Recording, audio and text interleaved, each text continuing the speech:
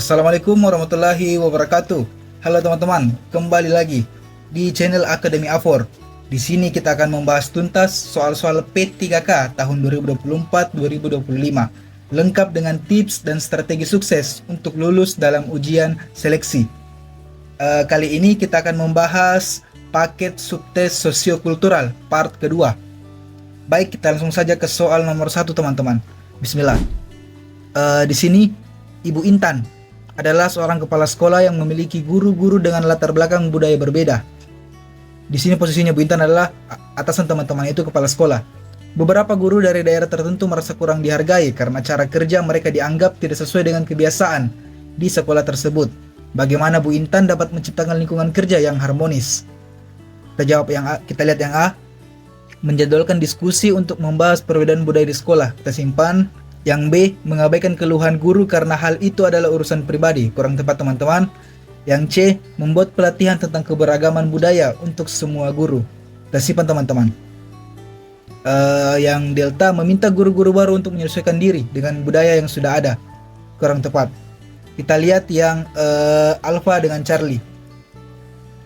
Menjadwalkan diskusi untuk membahas perbedaan atau membuat pelatihan tentang keberagaman untuk semua guru. Jadi ketika bertemu dengan soal yang memiliki keberagaman, unsur keberagaman, hal yang menjadi paling tepat itu adalah yang pertama toleransi. Kemudian menyatukan keberagaman itu. Karena kita tidak boleh memilih salah satu sudut pandang saja.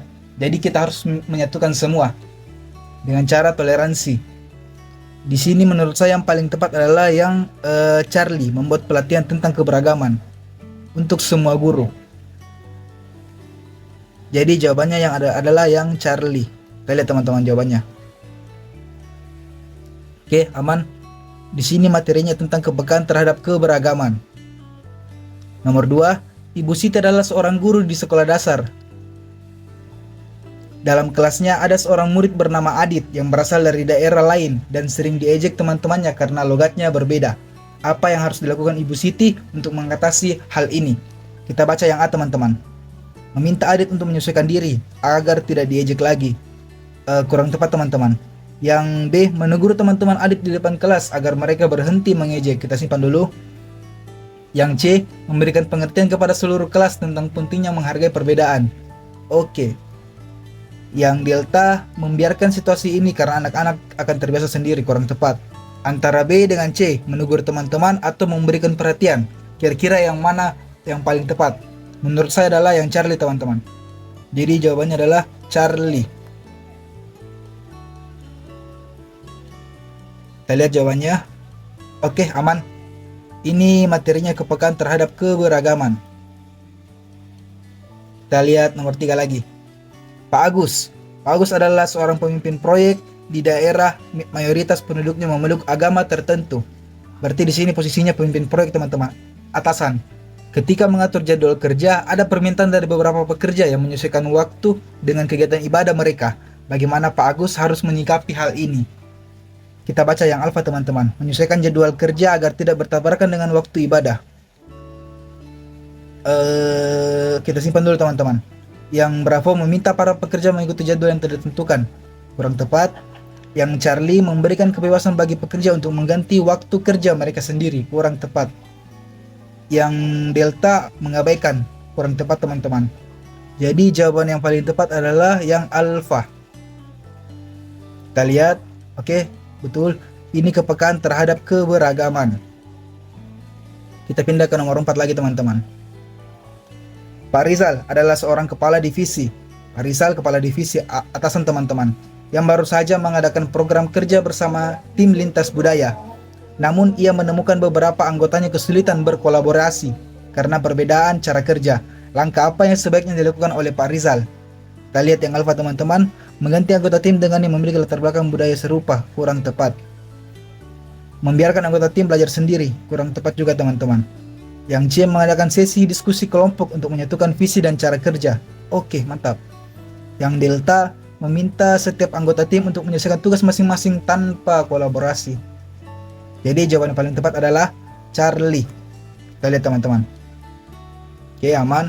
Ini kemampuan berhubungan sosial. Nomor 5, Ibu Dina adalah seorang staf pelayan publik. Berarti posisinya hanya bawahan teman-teman, bukan atasan. Ia sering berinteraksi dengan warga dari berbagai latar belakang sosial, termasuk mereka yang kurang terdidik. Suatu hari, seorang warga meminta penjelasan berulang kali karena sulit untuk memahami prosedur. Apa respon terbaik yang dapat diberikan Ibu Dina? Kita baca yang alfa, meminta warga untuk mencari bantuan dari orang lain yang lebih paham. Kurang tepat. Yang delta, memberikan dokumen prosedur dan meminta warga membacanya sendiri. Kurang tepat juga teman-teman. Yang C, menjelaskan prosedur tersebut dengan sabar hingga warga memahaminya. Oke.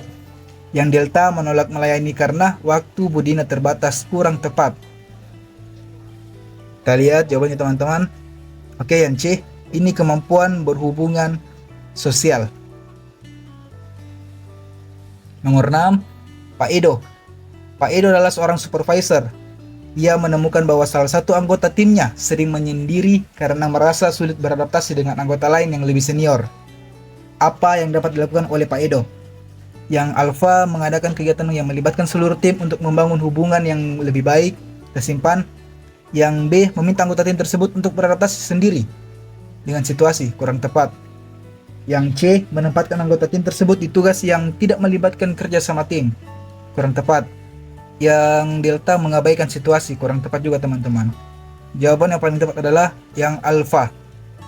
Kita lihat ya. Oke, aman. Ini kemampuan dalam berhubungan sosial juga teman-teman. Nomor 7, Pak Darman. Pak Darman adalah seorang lurah. Di sini posisinya atasan teman-teman. Di daerah multi etnis. Beberapa waktu lalu terdapat kerusuhan kecil karena salah satu kelompok merasa didiskriminasi dalam pembagian bantuan sosial.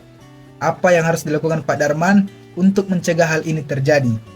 Yang alfa, mengutamakan kelompok mayoritas karena jumlahnya lebih banyak. Kurang tepat. Harus adil teman-teman.